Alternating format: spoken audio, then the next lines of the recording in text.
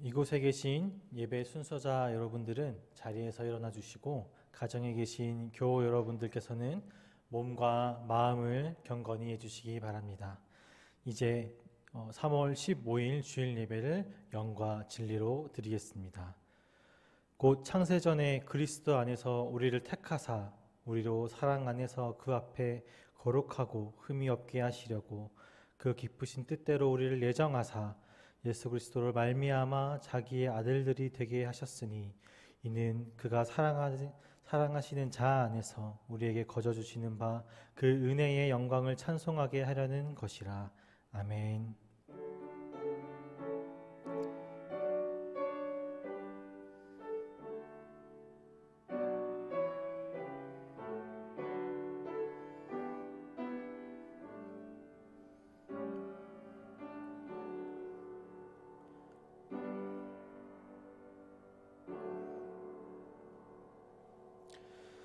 거룩하신 하나님, 주의 날을 잊지 아니하고 각자의 자리에서 예배드릴 수 있도록 인도하심에 감사드립니다.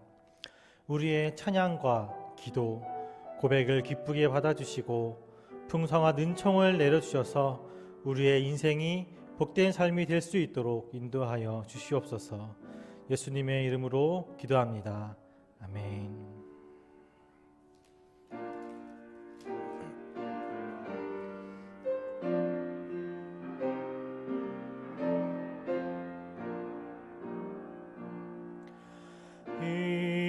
천지간 만물들아 복 주시는 주여와 전능 성부 성자 성령 찬송하고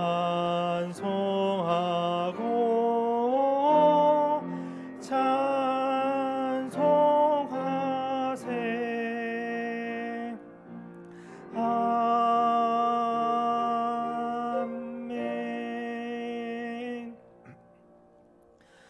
사도신경으로 우리의 믿음을 고백하겠습니다. 전능하사 천지를 만드신 하나님 아버지를 내가 믿사오며 그 외아들 우리 주 예수 그리스도를 믿사오니 이는 성령으로 잉태하사 동정녀 마리아에게 나시고 본디오 빌라도에게 고난을 받으사 십자가에 못 박혀 죽으시고 장사한 지 사흘 만에 죽은 자 가운데서 다시 살아나시며 하늘에 오르사 전능하신 하나님 우편에 앉아 계시다가 저리로서 산자와 죽은 자를 심판하러 오시리라. 성령을 믿사오며 거룩한 공회와 성도가 서로 교통하는 것과 죄를 사하여 주시는 것과 몸이 다시 사는 것과 영원히 사는 것을 믿사옵나이다. 아멘. 찬송가 15장을 함께 찬송하시겠습니다.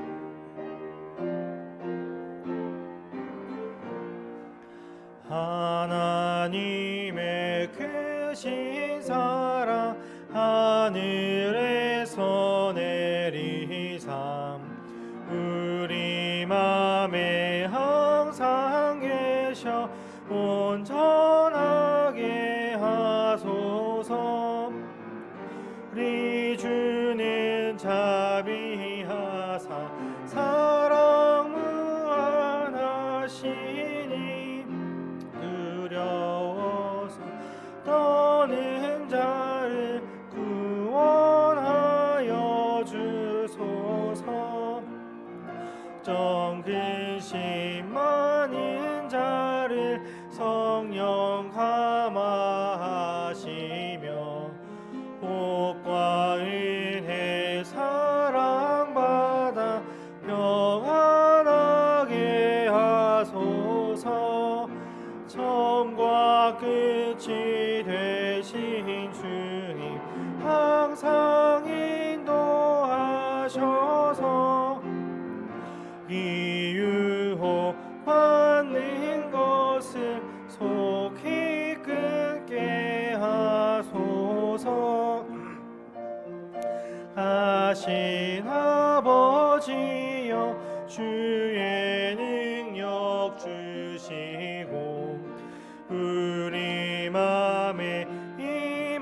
하셔서 떠나가지 마소서. 주께 영광 항상 돌려 천사처럼 섬기며 주의 사랑 영원토록 찬송하게 하소서.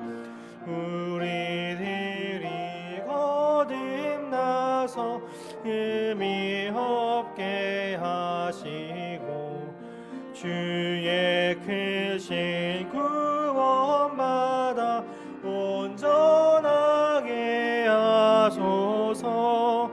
영광에서 영광으로 천국까지 이르러 크신 사랑 감격하여 경배하게 하소서. 아멘. 예배를 위해 이석 지사님께서 기도 인도하시겠습니다.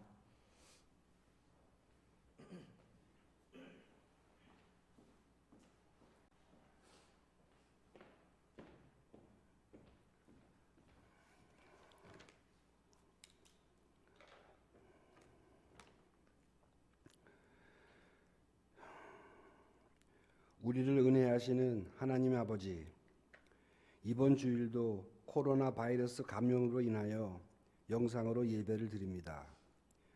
영상으로라도 예배를 드리게 하심에 감사드리고 새삼 주의 날 예배당에 나와서 교우들과 교제하면서 예배를 드릴 수 있다는 것이 얼마나 귀한 것인지 가르쳐 주시니 감사드립니다.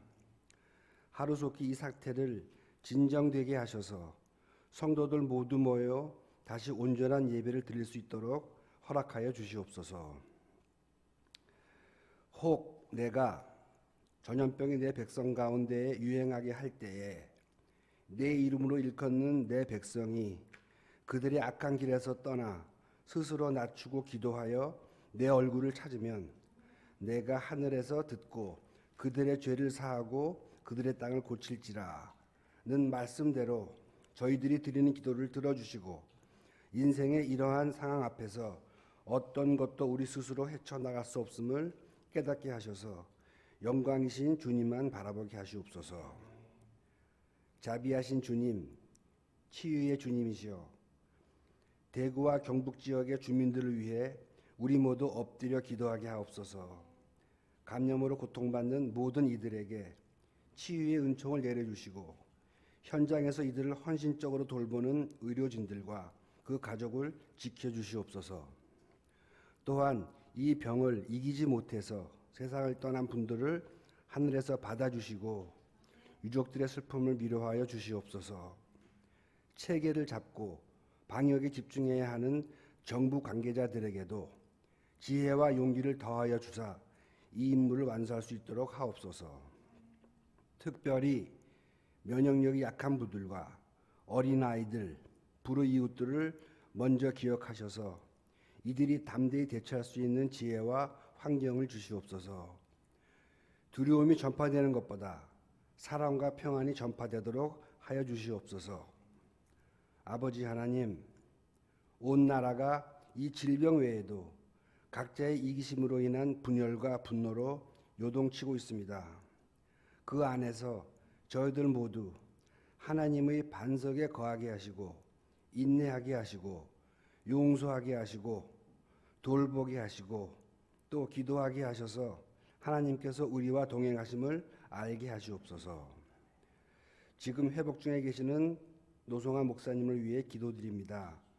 우선 수술 잘 되게 하심에 감사드리고 주님께서 예비하여 주신 이 기간에 충분히 치유되셔서 전에 겪으셨던 불편하고 아픈 고통에서 더 벗어나게 하옵소서. 또한 치료 중에 계시는 김목녀 권사님에게 충분히 감당할 수 있는 능력 주시고 항상 주님과 연합되게 하셔서 이겨내게 하시고 곁에서 돌보시는 장로님과 그 가족 모두에게 주님의 평안과 위로가 함께하게 하옵소서. 영상으로라도 예배를 드리게 하기 위해 항상 수고하시는 전도사님, 또 이지연 반주자님, 이한 모든 분들을 주님 축복하여 주시옵소서. 감사를 드리며 우리 주인이신 예수 그리스도의 이름으로 기도드립니다. 아멘.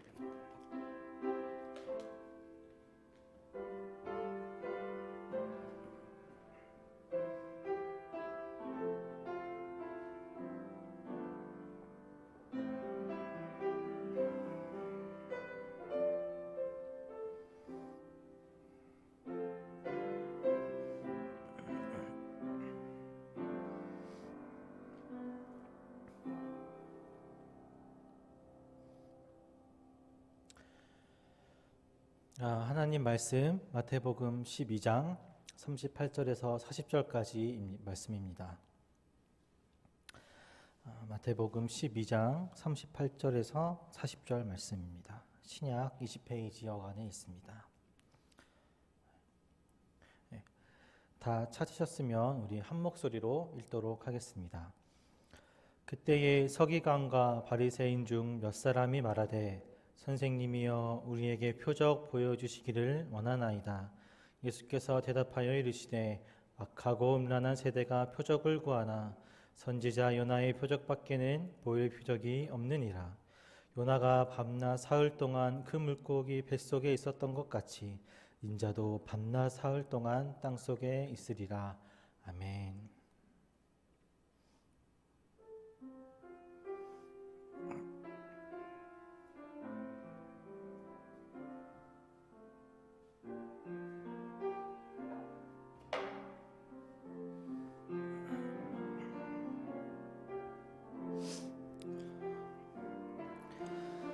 사랑과 은혜가 풍성하신 아버지 하나님 감사드립니다. 지난 한 주간도 주님께서 안전하게 지켜주시고 보호하여 주셔서 감사드립니다. 주님은 우리를 늘 품어주시며 넘어지더라도 다시 일어나는 힘을 공급해 주시는 주님이심을 고백합니다. 주님은 우리가 주님의 뜻에서 멀어지더라도 다시 돌아올 때까지 기다려주시는 분이십니다. 지난 한 주간에도 우리를 놓지 않으시고 붙들어 주신 은혜에 감사하며 우리의 진심 어린 마음을 담아 이 힘을 가지고 주님 앞에 올라왔습니다. 주님께서 기쁘게 받아주시고 믿음의 선조들과 함께 해주셨던 것처럼 앞으로의 우리의 삶 속에도 늘 동행하여 주시옵소서. 주님의 빛을 비추는 삶을 살게 하시고 주님의 향기를 내뿜는 존재가 되게 하여 주시옵소서. 이 혼탁한 세상에서 모범이 되는 우리 모든 교우님들이 될 수 있도록 함께 하여 주시옵소서. 우리 주 예수 그리스도의 이름으로 기도합니다. 아멘. 네, 교회 소식을 전하도록 하겠습니다. 목사님께서 수술을 잘 받으시고 퇴원하셔서 현재 이제 회복하시는 가운데 계십니다. 이를 위해서 회복하는 가운데서도 주님께서 함께 해달라고 여러분들 기도 많이 부탁드리겠습니다. 또한 교회에 이제 김목녀 권사님을 비롯한 편찮으신 분들이 좀 계십니다. 이를 위해서도 생각나실 때마다 계속해서 기도로 협력해 주시고 동역해 주시길 부탁드립니다. 코로나19로 다음 주 예배도 영상으로 드리게 됩니다. 그리고 3월 마지막 주 예배는 아직 어떻게 드릴지 결정이 되지 않았기 때문에 정해지는 대로 카톡이나 교회 홈페이지를 통해서 여러분들께 알려드리도록 하겠습니다. 또한 마지막으로 코로나19가 로 인해서 현재 많은 나라와 또 우리나라에서는 많은 분들이 고통 가운데 계시죠. 그래서 그분들을 위해서 기도 좀 부탁드리고 또한 현재 편찮으신 분들 가족, 의사분들 외에도 자영업자분들 또 이렇게 사회적인 경제적으로 많이 힘든 가운데 나라가 지금 처해 있는데요. 이를 위해서도 회복될 수 있도록 같이 기도 부탁드리겠습니다. 이제 하나님 앞에 드리는 찬송으로 찬송가 370장을 다 함께 찬송하도록 하겠습니다.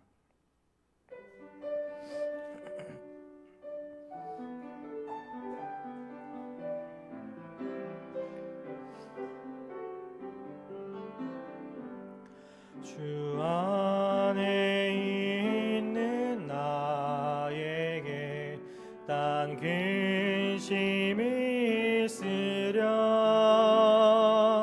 십자가 나가 밑에 나가 내 짐을 풀었네.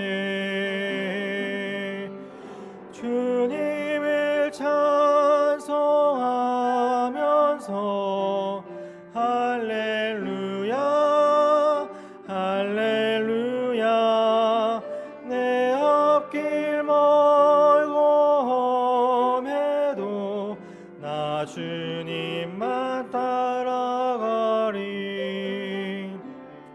그 두려움이 변하여 내 기도 되었고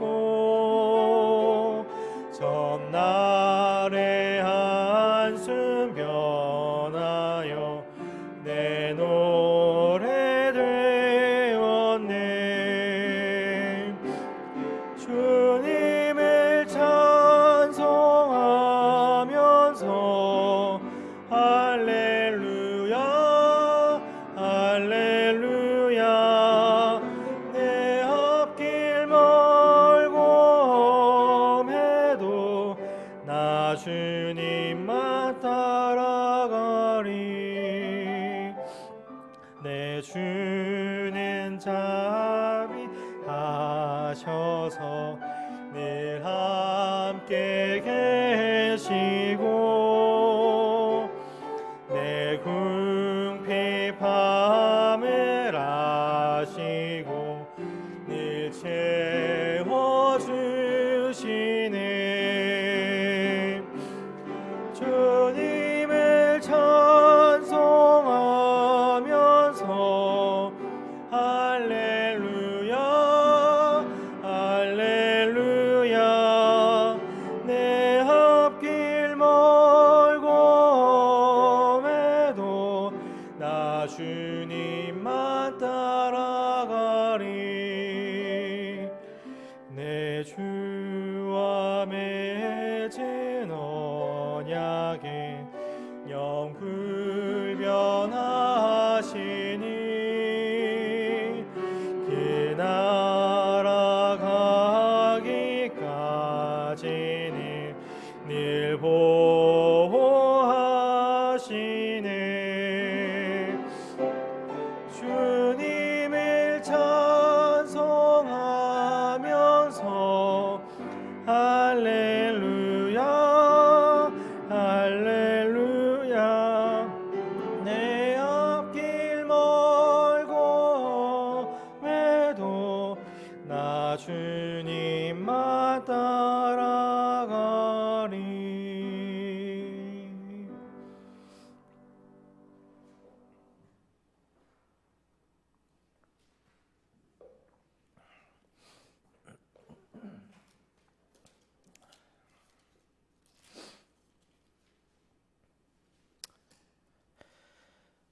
우리가 지금 보고 있는 성경에는 총 4권의 복음서가 있습니다.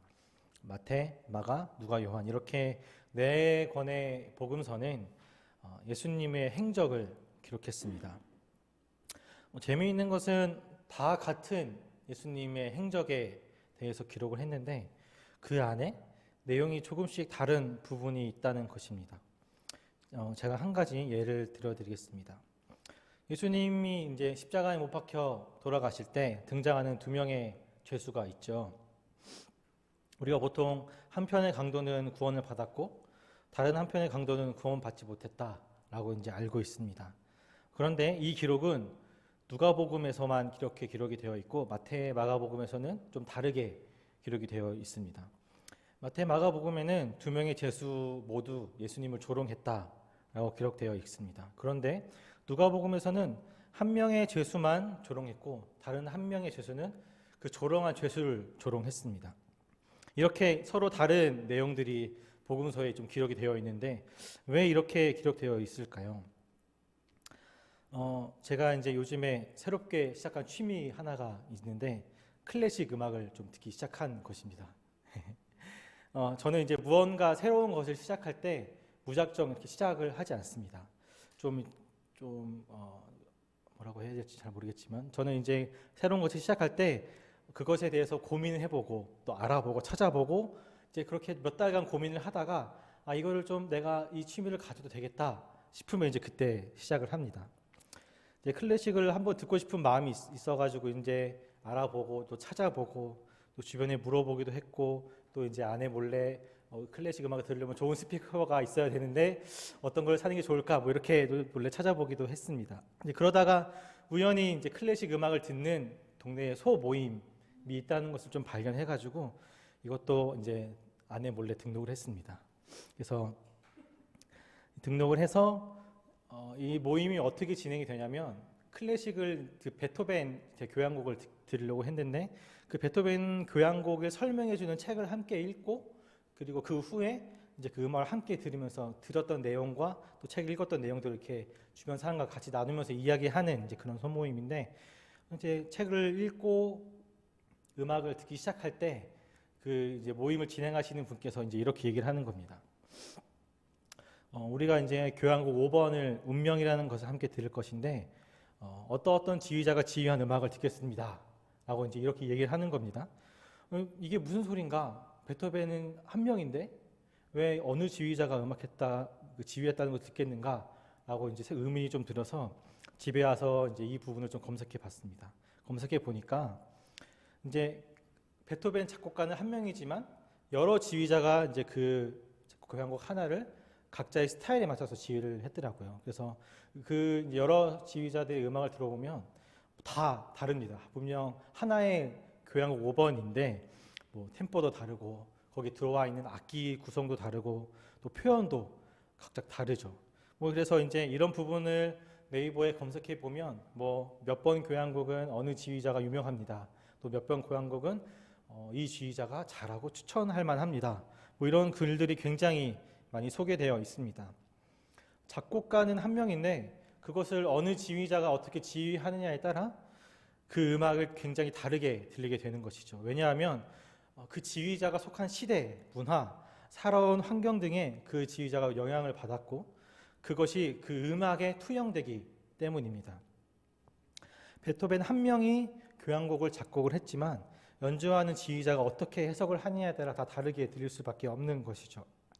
때문에 같은 작곡가의 곡을 연주를 해도 다 다르게 연주될 수밖에 없는 것입니다. 이 복음서도 이와 마찬가지입니다.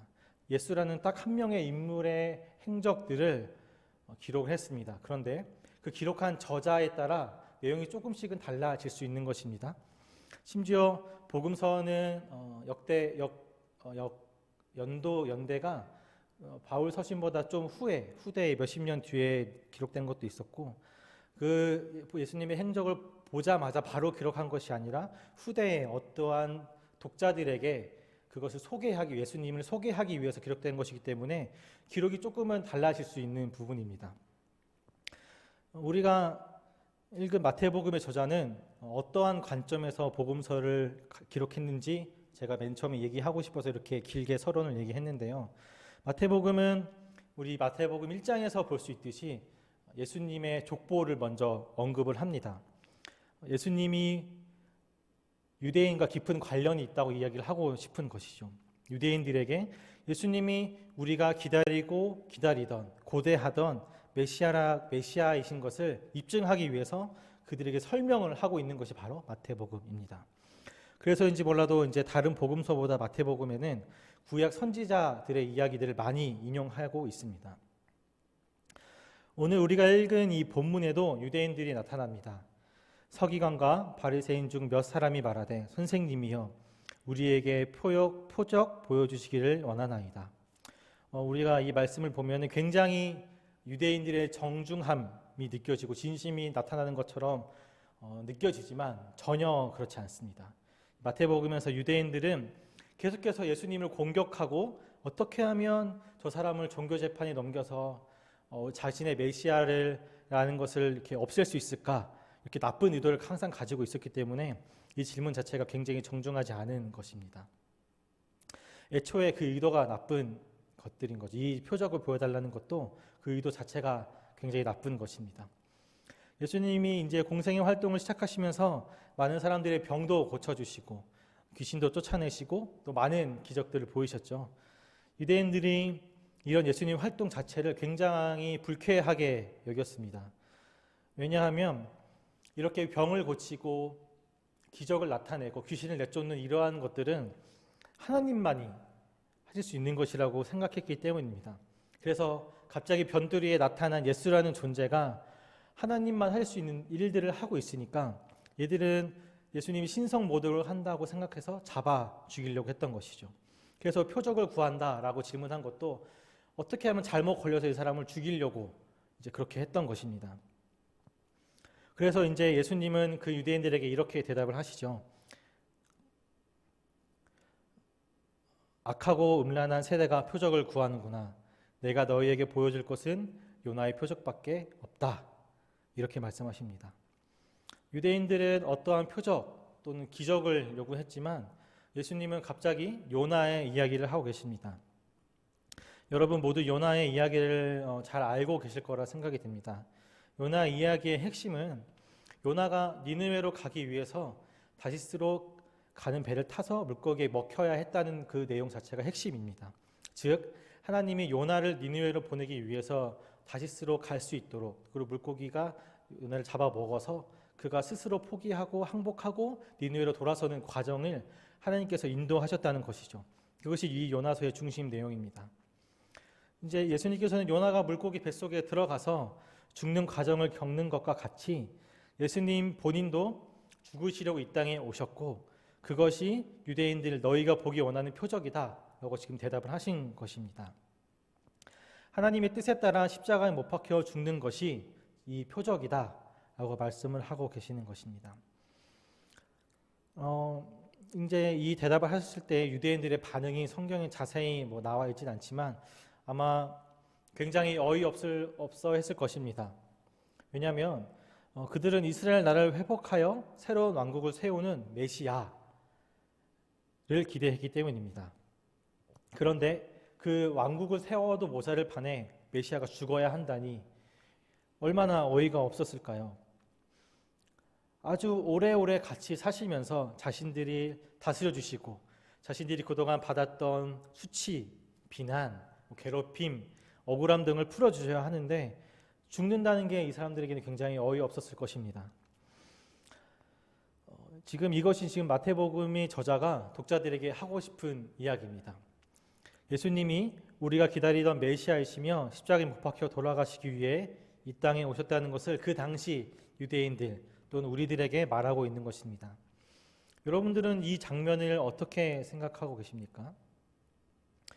유대인들의 기대와 예수님의 실제 행적은 서로 달랐습니다. 우리는 지금 완성된 성경을 보기 때문에 유대인들이 생각이 잘못되었다는 것을 알 수 있지만 그 당시로 돌아간다면 이들의 생각이 전혀 이상하지 않은 것 같습니다. 잠시 이제 구약의 시대로 돌아가 봐서 생각을 좀 해봅시다. 남유다와 북이스라엘이 멸망을 했죠. 여러 가지 모습으로 범죄했기 때문에 이스라엘의 그런 악한 모습을 보신 하나님께서 주변 나라들을 사용하셔서 그들을 치셨습니다. 그래서 이스라엘은 흩어졌고 결국 나라를 잃게 되었죠. 이런 상황에서 하나님께서는 여러 선지자를 불러내셔서 그들에게 자신의 메시지를 전하게 하셨습니다. 하나님께서 너를 심판하신다 라고 이렇게 메시지를 전한 것이죠. 그런데 선지자의 메시지는 단순히 심판으로 끝나지 않았습니다. 결국 이스라엘이 회복되어 새로운 나라를 세우실 것이고 그 나라에서 너희가 영원히 살 것이다 라고 말씀하셨죠. 그래서 이제 유대인들은 그들의 마음속에 지금도 이 마태복음을 쓰셨을 당시에도 로마에 속해서 살았기 때문에 자신들의 나라 다윗의 왕국이 다시 회복되기를 원했던 것이고 그 회복시켜 주실 메시아를 기대했던 것입니다. 새로운 나라를 세워줄 왕을 기다린 것이죠. 선지자들의 약속을 믿었던 것입니다. 유대인들 자체에서도. 나라를 잃어 다른 나라에 속해 살던 이스라엘 백성들은 다시 다윗 왕국이 회복되기를 굉장히 고대하고 있었습니다. 오랜 시간이 지나 예수라는 존재가 나타납니다. 그런데 그 예수는 그들이 기대했던 메시아가 전혀 아닙니다. 그들이 기대했던 메시아는 힘과 능력을 가지고 있어서 자신들을 괴롭혔던 블레셋이나 뭐 그런 페르시아 같은 나라들을 무너뜨리고 다시 이스라엘 왕국을 회복시키기조차도 모자를 파내 예수님이라는 젊은 청년은 자신이 죽으러 왔다고 얘기하는 것이었습니다. 전혀 유대인들의 기대와 반대되는 이야기를 지금 하고 있는 것이죠. 예수님께서는. 뭐 이렇게 보면은 유대인들의 마음속의 소원이 뭐 전혀 나쁘다고만은 볼 수는 없습니다. 뭐 그렇다고 그들을 전혀 옹호하는 것은 아니지만 몇백 년 동안 그들은 나라 없이 살았기 때문에 당연히 그 나라가 회복되기를 원했던 것이죠. 우리나라가 일제강점기 나라를 뺏겨서 다시 광복하기를 바랬던 것처럼 우리나라의 독자적인 나라를 세우기 원했던 것처럼 유대인들도 이제 그렇게 자기네들이 나라를 세우기를 원했던 것입니다. 그런데 이제 자신의 기대와 전혀 다른 메시아가 나타나서 전혀 다른 이야기를 하고 있으니 얼마나 복장이 터지겠습니까? 예수님은 죽으러 오셨고 죽으시는 것이 하나님의 뜻이라고 그것이 표적이라고 유대인들에게 말씀하셨습니다. 유대인들의 기대와 전혀 다른 내용이고 완전히 반대되는 예수님의 말씀입니다. 이런 내용은 유대인들에게만 적용되는 것이 아닙니다. 마태복음 16장에 보면 굉장히 유명한 사건이 나옵니다. 바로 베드로의 신앙 고백이 나오죠. 주는 그리스도시요 살아계신 하나님의 아들이시니이다 라는 고백을 하는 굉장히 유명한 말씀입니다. 그 고백을 하고 난 다음에 예수님은 자신이 죽을 것이고 부활하실 것이다 라고 이제 이야기하십니다. 그 말을 들은 베드로, 그 신앙 고백을 한 베드로가 이렇게 대답을 하죠. 베드로가 예수를 붙들고 항변하여 이르되 주여 그리 마옵소서 이 일이 결코 주께 미치지 아니하리이다. 베드로의 이 말을 들은 예수님은 이제 이렇게 얘기합니다. 사탄아 내 뒤로 물러가라. 너는 나를 넘어지게 하는 자로다. 예수님과 함께 지내는 제자들 또한 예수님 자신이 죽어야 한다는 말을 듣고 이렇게 반응을 했습니다. 사탄이라는 말을 들을 정도로 말이죠.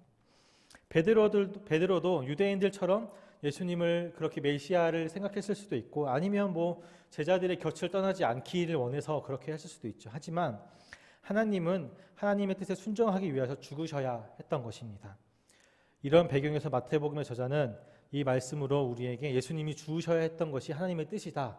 요나가 니느웨로 가야 했던 것처럼 그 가기 위해서는 죽어야 했던 것처럼 예수님도 너희를 구원하기 위해서는 내가 죽어야 했다라는 것을 지금 말하고 싶은 것입니다.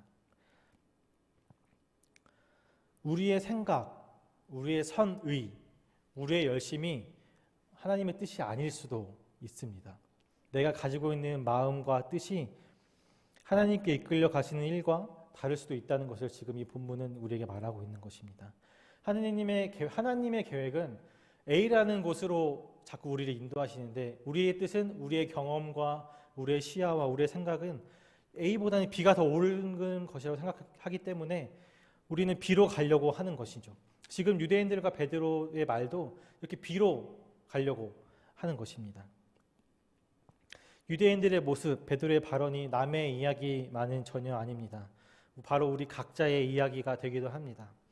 내가 아무리 선한 의도와 좋은 마음을 가지고 있다 하더라도 그것이 하나님의 뜻이 아니면 내려놔야 한다는 것이 이 말씀의 의미입니다. 바로 하나님의 뜻에 순종해야 한다는 것이죠. 예를 한 가지 들어보겠습니다. 한 가지 가정을 할 텐데 이제 제가 제 아내와 밤에 야식으로 뭐 치킨을 시켜 먹었다고 합시다. 치킨 한 마리에는 굉장히 여러 부위가 있죠. 뭐 목도 있고 날개도 있고 허벅지살도 있고 다리살도 있고 뭐 가슴살도 있고 여러 가지 부위들이 있습니다. 근데 그 중에 이제 제가 예를 들어 날개살을 가장 좋아한다고 가정을 해봅시다. 그래서 저는 이렇게 생각합니다. 나는 날개가 제일 맛있으니까 내가 사랑하는 아내에게 날개를 양보해야지 라고 좋은 마음을 가지고 아내에게 날개를 권합니다. 그런데 날개를 받아들인 아내는 오히려 화를 내게 됩니다. 왜 화를 낼까요?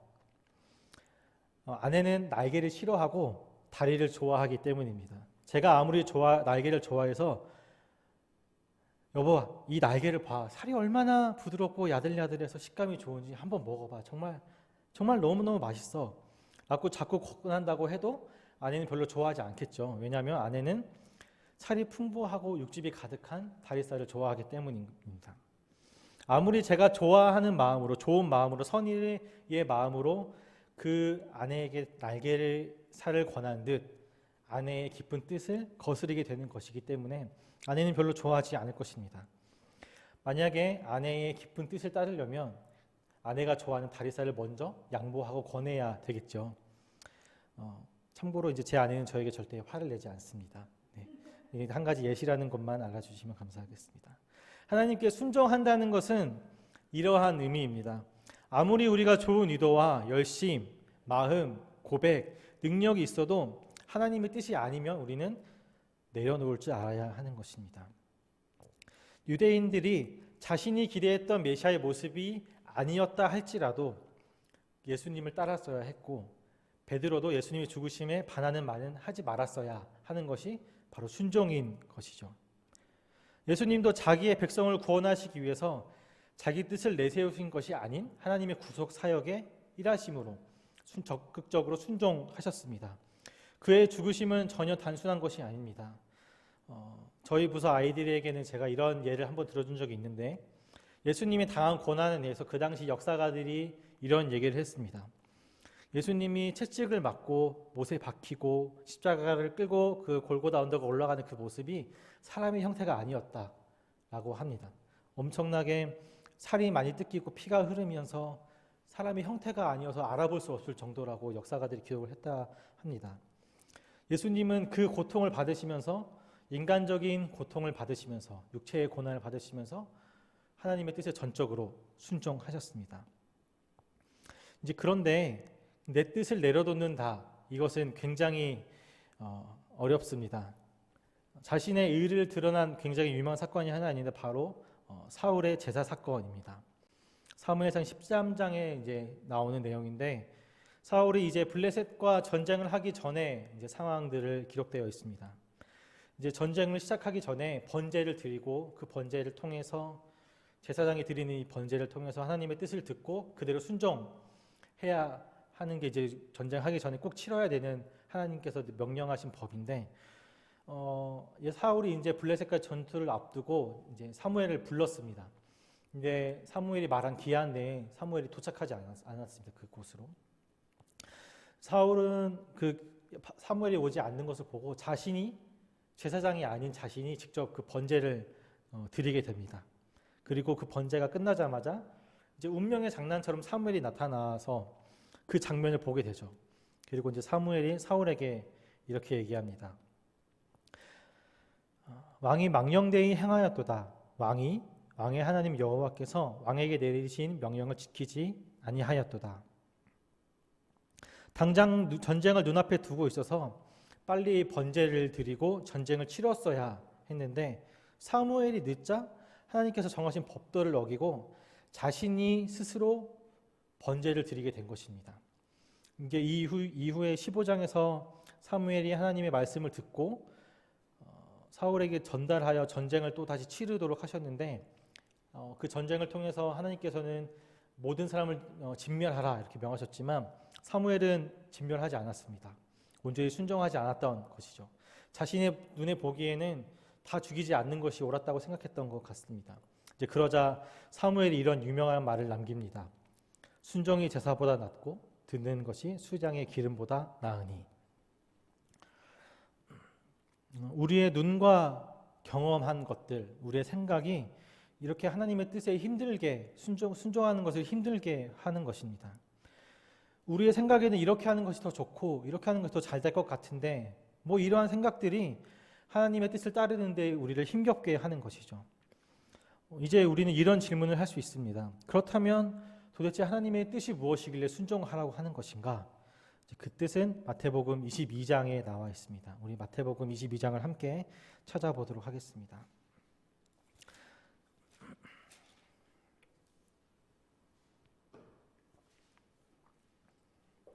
마태복음 22장 34절에서 40절 말씀입니다.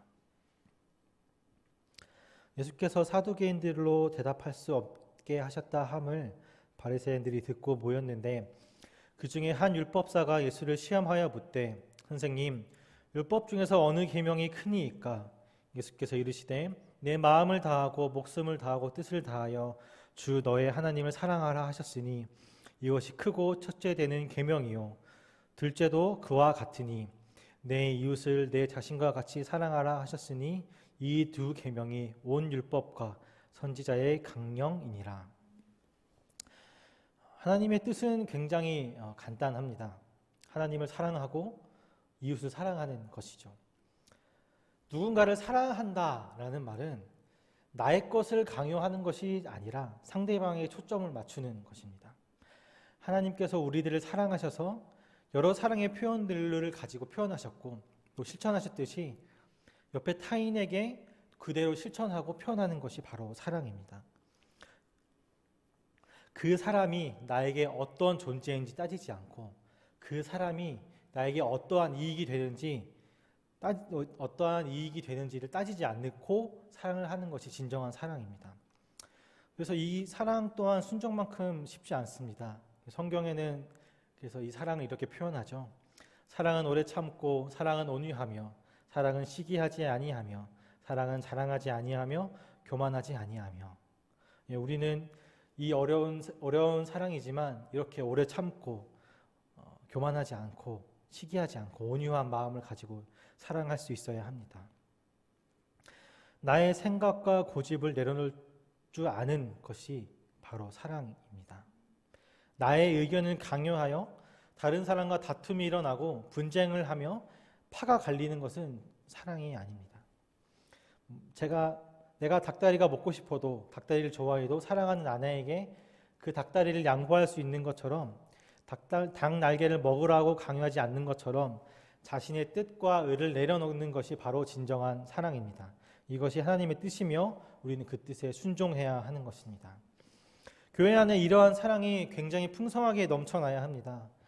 내가 아닌 옆 교인을 높여줄 줄 아는 사랑, 나의 생각과 경험에 의해서 그대로 밀고 나가는 것이 아니라 함께 협력하여 하나님의 뜻을 쫓을 줄 아는 사랑을 표현해야 합니다. 교회 안에 나와 맞지 않는 사람이 있다 할지라도 나의 성향과 반대되는 사람이 있다 할지라도 나의 모습과 반대되는 모습, 그것을 주장하는 사람이 있다 할지라도 차별하지 않고 감싸주고 안아주고 한번 져주는 것이 바로 사랑입니다. 그리고 이것이 화음이라고 할 수 있습니다. 사랑함으로 여러분의 신앙을 표현하시기 바랍니다. 여러분의 주변에 하나님의 진정한 사랑을 나타내시길 바랍니다. 너희가 거저 받았으니 거저 주라 라는 말씀처럼 여러분의 인생 속에 이 사랑을 실천해 보시길 바랍니다. 나의 이념, 나의 철학, 나의 생각에 갇혀서 하나님의 명령과 뜻을 불순종하지 마시고 온전히 자기를 부인하고 자기 십자가를 지라는 말씀처럼 여러분들의 인생 속에 신앙인의 모습으로서 사랑을 적극적으로 드러내시기 바랍니다. 이것이 하나님께서 여러분과 저에게 요구하시는 진정한 순종입니다. 우리 다 함께 기도하도록 하겠습니다. 우리는 이제 오늘 말씀을 통해서 진정한 하나님의 뜻이 나의 의를 나타내고 나의 생각을 고집하는 것이 아니라 온전히 하나님 말씀에 순종하는 것이라는 것을 우리가 함께 나누었습니다. 그래서 오늘 말씀처럼 우리의 삶 가운데에 주님의 진사랑이 넘쳐나면서 그 넘쳐남으로 선한 영향력을 끼치는 귀한 존재로 살게 해달라고 다 함께 기도하도록 하시겠습니다. 기도하시겠습니다. 사랑과 은혜가 풍성하신 아버지 하나님, 오늘도 우리를 이 말씀으로 찾아와 주셔서 감사합니다. 우리는 우리의 생각과 우리의 고집으로 인해서 하나님의 뜻을 저버릴 때가 너무나도 많이 있습니다. 주님의 사랑을 깊이 실천하지 않을 때가 너무나 많이 있습니다. 그러나 주님, 진정한 신앙인으로서 주님의 사랑을 받은 자로서 이 사랑을 적극적으로 표현할 줄 아는 저와 우리 모든 교우님들이 될 수 있도록 주님 인도하여 주시옵소서. 이것은 굉장히 어려운 일입니다. 옆에 사람을 사랑한다는 것은 쉽지 않은 일입니다. 그러나 주님, 작은 것부터 실천해 나가며 주님의 사랑을, 주님의 향기를 널리 내뿜는 우리 모든 교우님들이 될 수 있도록 주님 인도하여 주시옵소서.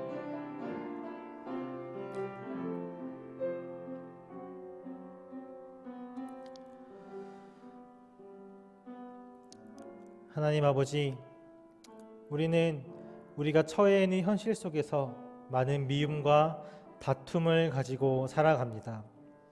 이러한 것들이 주님의 사랑을 실천하는 데 가로막고 있는 벽처럼 느껴질 때도 있습니다. 그러나 주님, 하나님께서 우리에게 명령하신 것은 우리의 생각으로, 우리의 관념으로 주님의 뜻을 거스르지 않도록 하는 것입니다. 우리가 온전히 주님의 사랑을 실천할 수 있도록 우리의 전 인격을 붙들어 주십시오. 주님의 사랑을 실제적으로 나타낼 수 있도록 주님의 참 사랑에 감격하게 하시고 넘쳐 흘러 주체하지 못하도록 우리에게 더욱더 풍성한 은혜와 사랑을 부어 주시옵소서. 우리가 살아가고 있는 이 현실 속에서 참된 신앙인으로, 주님의 신앙으로 넉넉한 마음을 가지고 살아갈 수 있도록 주님 함께하여 주시옵소서. 이 모든 말씀 우리를 사랑하시는 예수님의 이름으로 기도했습니다. 아멘. 함께 계신 교우님들께서는 자리에 일어나 주시고, 가정에 계신 분들께서는 경건한 마음으로 찬송가 595장을 함께 찬송하시겠습니다.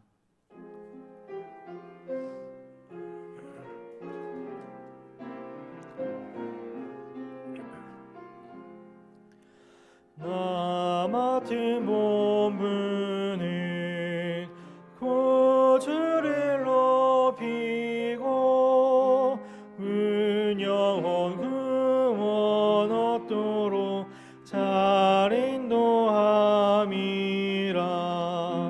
부르심 받들어 내 형제 섬기며 구주의 뜻을 따라서 내 정성 다하리. 주 앞에 모든 힘 잘 행케 하시고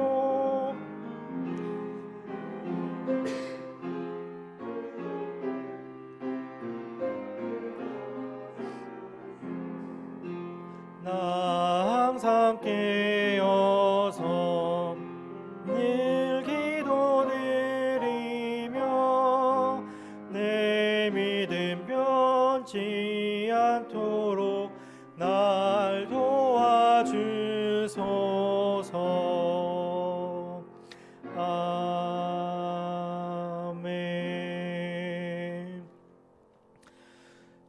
주기도문 하심으로 예배를 마치겠습니다. 하늘에 계신 우리 아버지여, 이름이 거룩히 여김을 받으시오며 나라가 임하시오며 뜻이 하늘에서 이루어진 것 같이 땅에서도 이루어지이다. 오늘 우리에게 일용할 양식을 주시옵고 우리가 우리에게 죄 지은 자를 사하여 준 것 같이 우리 죄를 사하여 주시옵고 우리를 시험에 들게 하지 마시옵고 다만 악에서 구하시옵소서. 나라와 권세와 영광이 아버지께 영원히 있사옵나이다. 아멘.